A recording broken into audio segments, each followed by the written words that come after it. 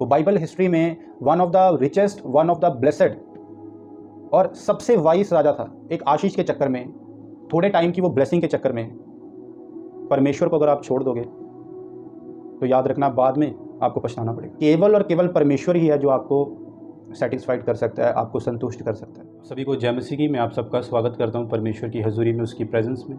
परमेश्वर ने मुझे एक बात सिखाई है इन दिनों, और उस बात को, उस वचन को आज मैं आपके साथ शेयर करूँगा।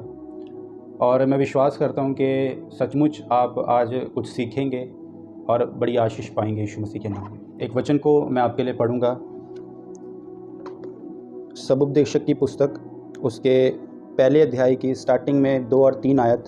उसमें लिखा कि उपदेशक का ये वचन है, व्यर्थ ही व्यर्थ, व्यर्थ ही व्यर्थ, सब कुछ व्यर्थ है उस सब परिश्रम से जिसे मनुष्य धरती पर करता है, उसको क्या लाभ प्राप्त होता है। अगर एक आत्मा ना पाया हुआ व्यक्ति, एक शारीरिक व्यक्ति इस वचन को पढ़ेगा तो वो कहेगा कि यार मतलब कुछ भी कर लो, इस पृथ्वी पर कोई फ़ायदा नहीं। क्या ये बाइबल सिखा रही है कि हम कोई भी काम धंधा करें, हम कुछ भी करें, कोई भी हम परिश्रम करें तो मतलब उसका कोई फ़ायदा नहीं है, सब कुछ व्यर्थ है। यानी कि छोड़ो सब कुछ, बैठ जाओ, वेले बैठ जाओ, कुछ मत करो। ये बाइबल सिखाती है। क्योंकि वचन अगर आप विदाउट पवित्र आत्मा के भरपूरी के पढ़ोगे तो वचन आपको कभी भी समझ नहीं आएगा। बहुत से लोग हैं जो बाइबल पढ़ते हैं एक बुक के रूप में। क्यों वो परमेश्वर की बातों को समझ नहीं पाते? क्यों वो बाइबल जो सिखाना चाहती है एग्जाम्पल्स के थ्रू, इन वचनों के थ्रू, क्यों वो लोग उन वचनों को समझ नहीं पाते? क्यों वो वचन उनके हृदय में, उनकी लाइफ में जीवित नहीं होते? क्योंकि परमेश्वर का आत्मा ही है जो उन वचनों को जीवित करता है एक इंसान की लाइफ। बाइबल कहती है जब परमेश्वर ने पृथ्वी बनाई तो उस समय जो पृथ्वी थी वो बेडोल थी, वो सुनसान थी, और परमेश्वर का आत्मा गहरे जल के ऊपर मंडरा रहा था, बाइबल कहती। और जब परमेश्वर ने वचन को बोला उसी टाइम वो पवित्र आत्मा एक्शन में आ गया और उसने परमेश्वर के वर्ड को लेकर क्रिएशन करनी शुरू। जब आप पवित्र आत्मा से भरकर, पवित्र आत्मा से फिल होकर और फिर जब आप इन वचनों को पढ़ना शुरू करते हैं तब आपको इनकी गहराई का, असल टीचिंग का जो परमेश्वर बताना चाहता है, आप उसे समझ पाते हैं। इसीलिए तो बहुत से लोग हैं जिन्होंने बाइबल पढ़ी है बट एज अ बुक उन्हें वो समझ नहीं आया जो परमेश्वर बताना चाहता था। क्यों?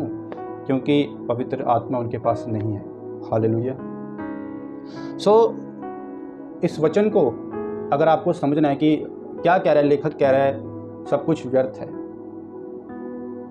मनुष्य इस पृथ्वी पर जितना भी परिश्रम करता है सब कुछ व्यर्थ है। क्यों लेखक इस बात को बोल रहा है? क्यों पवित्र आत्मा ने उसे प्रेरित किया कि वो इस बात को लिखे? अगर आप इन वचनों को समझना चाहते हैं तो पहले आपको इस वचन को लिखने वाले का बैकग्राउंड जानना होगा। इस वचन को लिखने वाला, इसे बोलने वाला कोई ऐसा व्यक्ति नहीं है जो अपनी लाइफ में कुछ हासिल नहीं कर पाया, जो फेल था, जो नाकामयाब था। ऐसा व्यक्ति नहीं था वो कि बोलो कि भाई अंगूर खट्टे, यानी सक्सेस ना मिली हो या कोई ब्लेसिंग ना मिली हो तो बोल दिया हाँ भाई व्यर्थ है, सब कुछ व्यर्थ है, कुछ मत करो, कोई परिश्रम करने का फ़ायदा नहीं है, इस किसी चीज़ का कुछ फ़ायदा नहीं, सब कुछ व्यर्थ है। वो ऐसा व्यक्ति नहीं था। बाइबल कहती कि वो एक सक्सेसफुल व्यक्ति था, वो एक सक्सेसफुल राजा था। ये बातें बोलने वाला, ये बातों को लिखने वाला पवित्र आत्मा की अगुवाई में राजा सुलेमान था। और बाइबल कहती जब आप राजा सुलेमान के बारे में पढ़ते हैं वो बाइबल हिस्ट्री में one of the richest, one of the blessed और सबसे वाइस राजा था। बाइबल कहती है उससे बुद्धिमान राजा ना तो पहले कोई था उससे पहले और ना कोई उसके बाद हुआ। इतनी बुद्धि, इतनी आशीष, इतना पैसा, सब कुछ परमेश्वर ने उसे दिया। किसी चीज़ की कमी उसके पास नहीं थी। बाइबल कहती है वो इतना फेमस था, वो आसपास के देशों में इतना सुनाम था, इतनी मतलब उसकी पॉपुलैरिटी थी कि लोग उसके पास आते थे देखने उसकी मैनेजमेंट को, उसके भवन को जो उसने बनाया अपने रहने के लिए। वो आते थे देखने उसकी ड्रेसिंग स्टाइल को, उसकी टीम को, उसकी सेना को, उसकी हर एक चीज़ को लोग देखने आते थे।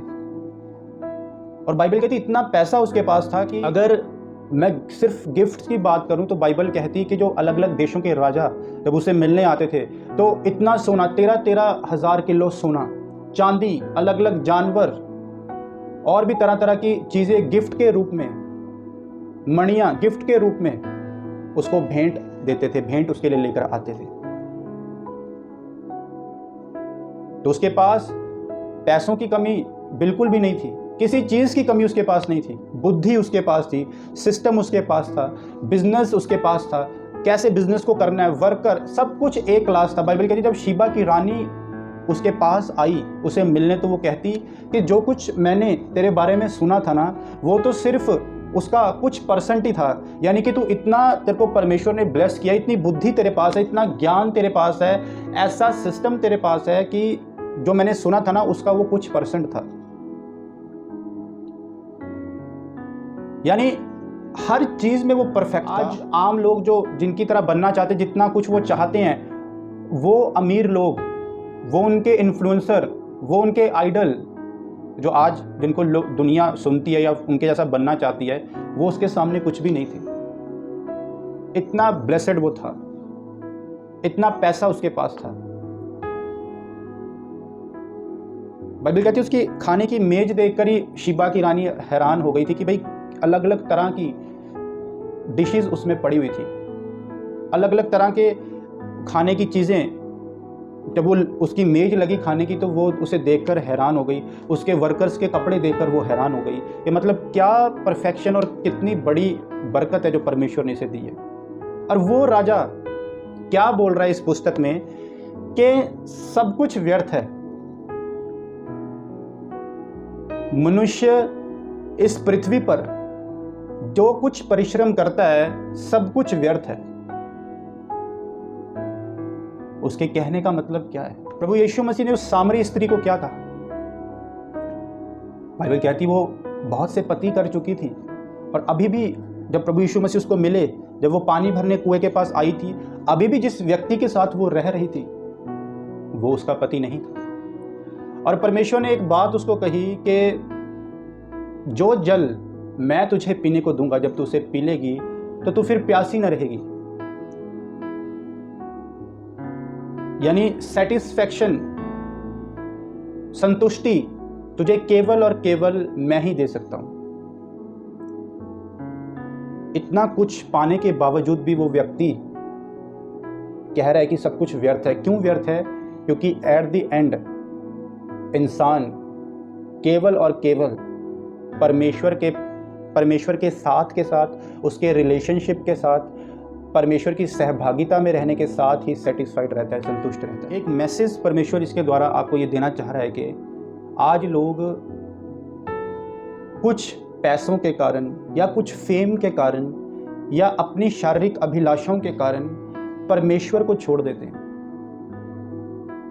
अगर आज अन्य जाति से रिश्ता आ जाए पर लड़का अगर फॉरेन में है तो कुछ एक फॉरेन जाने के चक्कर में, एक वीज़े के चक्कर में, अच्छी लाइफस्टाइल के चक्कर में लोग परमेश्वर को छोड़कर अन्य जाति में शादी कर लेते हैं। कुछ फॉलोअर्स के पीछे लोग ऐसी ऐसी वीडियोस डालते हैं, ऐसे ऐसे कपड़े वेयर कर कर वीडियो डालते हैं ताकि उन्हें फेम मिल जाए, वो पॉपुलर हो जाए। चंद पैसों के पीछे लोग चोरियां करने लग जाते हैं, 2 नंबर से पैसा कमाने लग जाते हैं, ब्याज में पैसा देने लग जाते हैं। अलग अलग तरह से वो पैसे कमाने की लालच में, अच्छे लाइफस्टाइल के चक्कर में परमेश्वर को छोड़ देते हैं। परमेश्वर को छोड़ने का मतलब यहां पर मेरा यह है कि वो परमेश्वर के वचन को तोड़ देते हैं। हालांकि चर्च वो जाते हैं, प्रभु को वो मानते हैं, प्रार्थना भी वो करते हैं, पर वो वचन तोड़ देते हैं। जब जरूरत थी, जब उनकी परीक्षा थी, जब परमेश्वर ने उन्हें परखना था, उस टाइम वो वचन को तोड़ देते हैं और फिर बाद में सेटिस्फाइड नहीं हो पाते। परमेश्वर के एक दास ने कहा कि क्या फ़ायदा ऐसा फेमस होने का, इतना फेमस होने का, अगर तुम्हें स्वर्ग में कोई नहीं जानता? क्या फ़ायदा ऐसी ब्लेसिंग का जो आपकी स्वर्ग में, जो आपकी आइडेंटिटी है उसे इफेक्ट करे? क्या फ़ायदा यहाँ पर हज़ारों लाखों फॉलोअर्स का इंस्टाग्राम में, फेसबुक में, यूट्यूब में, अगर आपको स्वर्ग में कोई नहीं जानता? क्या फ़ायदा ऐसे पैसों का, ऐसे कपड़ों का, ऐसी चीज़ों का, ऐसे दोस्तों का जो आपकी स्वर्ग की आइडेंटिटी को इफेक्ट करे और स्वर्ग में आपको फिर कोई ना जाने। सुलेमान कहता कि सब कुछ व्यर्थ है। परमेश्वर के वचन को तोड़कर आज तो आप उस चीज़ को ले लोगे, आज तो आप वो थोड़े मिनट के लिए वो ब्लू फिल्म देख लोगे, आज तो आप वो अपनी सहेली से फ़ोन पे बातें कर लोगे, घंटों घंटों उसे घुमा लोगे, परमेश्वर के वचन को तोड़कर आज तो तुम ऐश कर लोगे, पर एट द एंड तुम कभी सेटिस्फाइड नहीं रहोगे।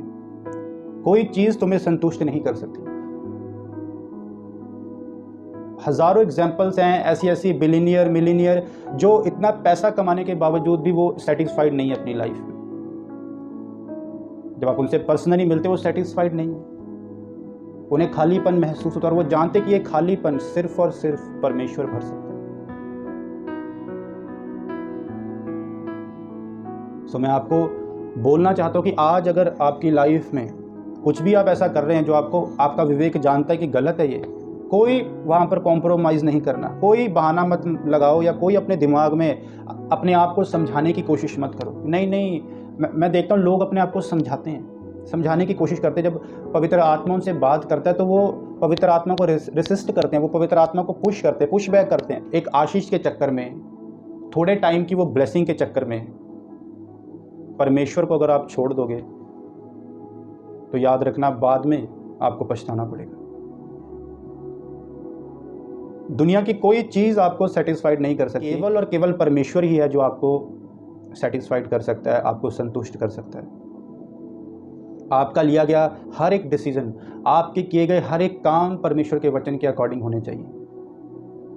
आपको हर एक काम इस तरीके से करना है कि आपको ये पता होना चाहिए कि भाई एट द एंड परमेश्वर ही है जो मुझे सेटिस्फाइड करेगा, परमेश्वर की हजूरी ही है जो मुझे संतुष्ट रखेगी और मैं इससे बाहर नहीं जाना चाहता। छोड़ दो हर वो आशीष, हर वो चीज़, हर वो बंदा जो आपको परमेश्वर से दूर करे। और देखना परमेश्वर ने क्या कहा है। परमेश्वर ने कहा जो कुछ तू मेरे लिए छोड़ेगा तो उसे 100 गुना करके पाएगा, पर जिस चीज़ के लिए तू मुझे छोड़ देगा तू उसे गवा लेगा। मुझे तो तू गवाएगा ही गवाएगा और उस चीज़ को भी गवा लेगा, पर अगर तू मुझे पाने के लिए मेरे खातिर तू किसी चीज़ को छोड़ेगा तो तू उसका पे बैक डबल कर पाएगा। परमेश्वर आपसे प्यार करता है, इसीलिए उसने आपको अपने वचन दिए हैं। क्या ज़रूरत है हमें पुराना नियम पढ़ने की, क्या ज़रूरत है हमें इन वचनों को पढ़ने की। इन्हें पढ़ने की हमें ज़रूरत इसलिए है, ये इसीलिए ज़रूरी है हमारे लिए ताकि हम इससे सीख सकें।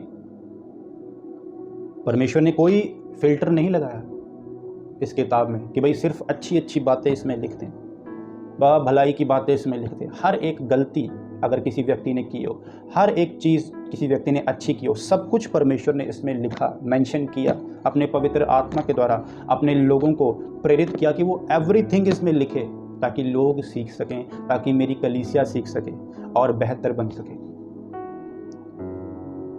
सो केवल और केवल परमेश्वर ही आपको सेटिस्फाइड कर सकता है, वो ही आपको संतुष्ट कर सकता है। एट द एंड सब कुछ व्यर्थ है अगर आपके पास परमेश्वर नहीं है। मैं विश्वास करता हूँ कि परमेश्वर ने इस वचन के द्वारा आपसे बात की है। प्रभु आपको ब्लेस करें। आप सभी को जय मसीह की।